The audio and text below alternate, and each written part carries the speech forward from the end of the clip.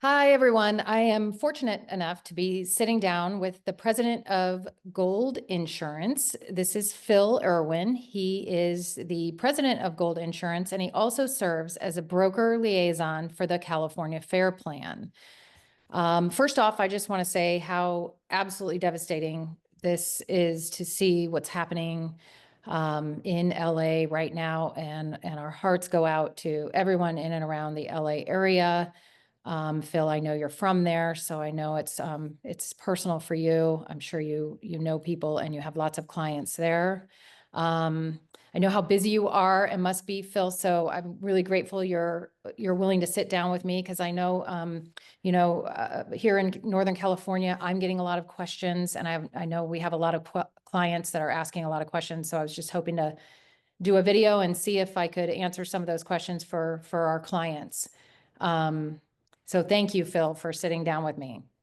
My pleasure. Happy to do so, and even more so because it's an opportunity to clarify, misinformation that's out there. There's a lot happening. I mean, it's so tragic, and there's so much happening at once, and it's at such a large scale that it's really it's tough to see all the misinformation that gets stirred around, and we really want to. There is so much speculation because there's so much unknown, and we just want to do the best we can to provide the right information, to stick to the facts, and providing the accurate information for everyone as much as we can. Absolutely, for sure. And I think the biggest question everyone has is, does the California Fair Plan, which most of us are insured by in Northern California, is the California Fair Plan well funded and able to handle this catastrophe? Well, that's a great question, and obviously that's a question on everybody's minds, or that we see come up a lot, I should say. And the fact is, if you right now at this point, the stage we're in, everything is pretty fluid. Nobody knows. We don't know the exact number, which companies are involved. I mean, from my standpoint, so we're a brokerage, so we've got lots of companies we represent, and from my knowledge and experience and understanding of the situation, virtually every company that does business in California at one level or another is going to have exposure in the impacted areas. So every company is looking at this. It's not just a fair plan. But again, just kind of understanding how the fair, kind of going back to the original question, understanding how the fair plan works, is there are mechanisms in place that will support the fair plan if we get to a point where the funds exceed, or the loss exceeds what's available on hand. And it's just kind of as a very layperson explanation, the way the fair plan is set up, and it was established in 1968, and with the same structure, and really for the intention of being a shorter term solution in markets where insurance wasn't available. And as we see, obviously, with what we've been going through over the past several years, I mean, really dating back to the campfire, the need has grown, and obviously the customer base in the fair plan has grown. And it's just a sign that our state is in a place where we're in a crisis. We're in a point where we need to see the market restored, where other companies are going to be taking these risks back. But right now it's going the other direction, and it's at a time when this major event has occurred. But just to answer your question, the way it would work for the fair plan, or the way it does work, is they have cash available, cash on hand, based on premiums that are received. And basically, if there was a point where it was aware we knew exactly what the exposure was, based on claims that have been submitted, and it exceeded what was available, then there's another layer of reinsurance. So it's basically insurance for insurance. And then if it went beyond that, it's set up to where there would be an assessment of the 100. I think there's 115 member companies, admitted companies in California right now, that would support that assessment. and that's how ultimately the claims would be paid. All of that, we're far from that conversation. It's just, right now it's just, we're very early stages, just like every other company. And it's just really focusing on helping the customers that are submitting claims and are displaced and are going through this just horrific experience, and really just doing their job and helping them process their claims at this time. So you said that the California Fair Plan was started in 1968, and it was not meant to be, it was just meant to be for extreme circumstances. And now that most of us are on it in the foothills, is it sustainable? Does the Fair Plan, is it set up to be sustainable for the future?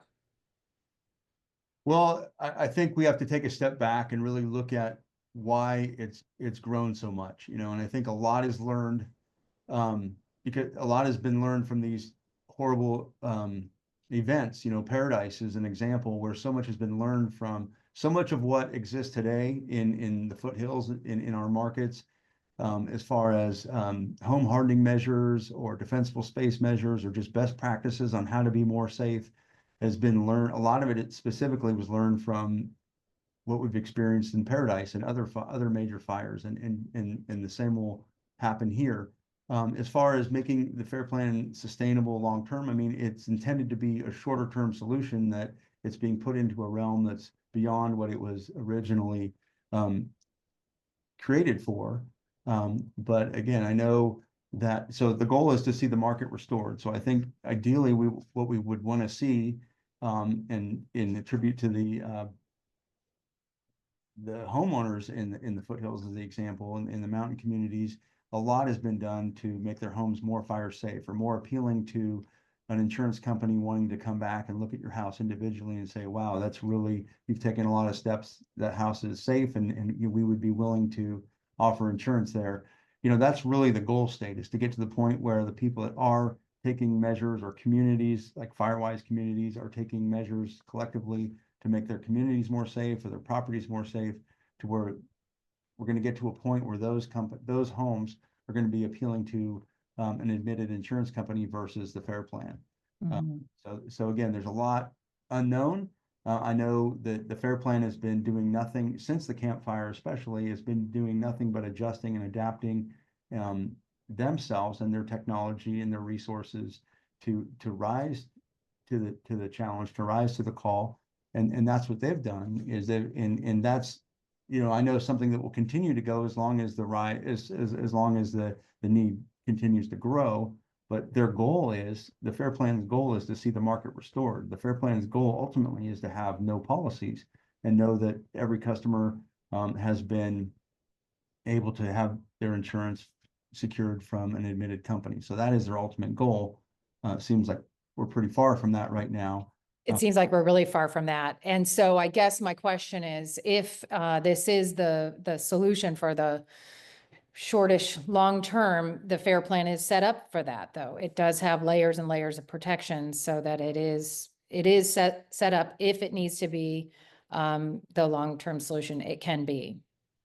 That's definitely the direction it seems to feel like it's going right now, and we hope it changes course. If you definitely look at the trend, our growth trend, that's the way it's been going. And looking at some other states that have had similar experiences, Florida is another example, with Citizens Insurance, which is their Fair Plan for Florida. It's a very large organization, and again, it's the same thing. Their goal is to not be needed and to see the market restored. But for lots of reasons, we're heading in the opposite direction right now, and obviously right in the middle of this crisis, probably feels like we're going even further back, unfortunately. And how quick are these claims will these claims get paid? I know a lot of my clients that came from Paradise, it seemed to be that that the claims were being paid in a reasonable amount of time. Is that what you're seeing here? Obviously, this is a huge amount and a much bigger amount, but do you see the claims getting paid quickly through the Fair Plan? Well, and again, from the fair plan and every carrier at this point, the point we're at is very early. It's really just getting the claims initiated properly. So that's really the most important thing, to get the claims adjusters accurate information, updated contact information. If the home if there's no mail is not available to be delivered to the home that's been destroyed, making sure you've got a temporary address, you're communicating that with the adjusters, with every carrier. So hopefully those are things that are going to get it going, get the ball rolling faster. I really my experience have been nothing but responsive, and it just comes down to giving everybody the right information to work with. And I know the urgency is there. Obviously, there's a tremendous surge of new claims coming in for all the carriers, just because of the amount of people that have been displaced or have had damage or lost their homes. So it is an initial surge. And I know everybody cares and wants to do their job at this point and take care of their customers. I know there's I know the fair plan is taking extreme steps to make sure that they're doing their part to help their customers right now, and at least initiating this process, and also supporting the brokers and making sure that they've got the tools they need to help their customers initiate this process. And I know this weekend there's in Santa Monica, there's a workshop. They're calling it Insurance Village. Again, that's going to have the fair plan, and most of the carriers I think are going to be there as well with the Department of Insurance to really help to make sure that all the impacted individuals are aware of the resources that are out there, and are getting the help that they need with the process to get the ball rolling for them. Great, great. Okay, last question I have is, with your crystal ball, will our rates here in the foothills go up? I'd hate to see that, considering we already feel like we're paying enough. So no, my opinion, I mean, again, I think we've got to just not speculate too much down that road. I think, the markets that you and I are talking about in Nevada County and some of the other areas in the foothills, are really areas that have already been impacted. It's been a long road, mostly since the Camp Fires, about when that timeline started. And we've seen a lot of progress. And again, I feel like it's really tough to say. It's really tough to say. It's all guessing right now. But at this point, I would just stay on the path of doing which everyone's been doing. There's been so much great work with progress with home hardening efforts in defensible space, and also the community efforts with fire safe councils and FireWise collectively. And I just think that absolutely is the right direction to go. And we just got to trust the process and trust that everything is going to get to a point where we're going to have some reasonable solutions going forward. Okay. Okay. Well, great. Well, I know you're headed down to LA tomorrow to help out your fellow insurance folks. And I know, I hope you stay safe, and good luck in your travels.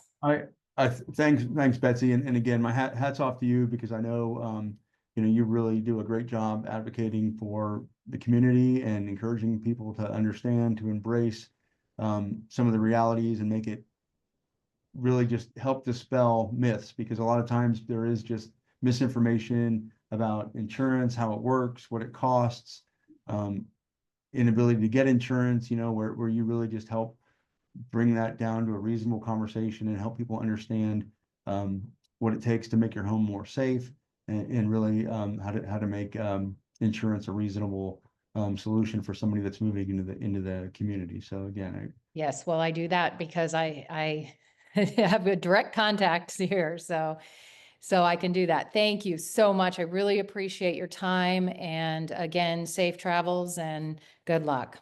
thanks, Betsy. Thank you. Bye-bye.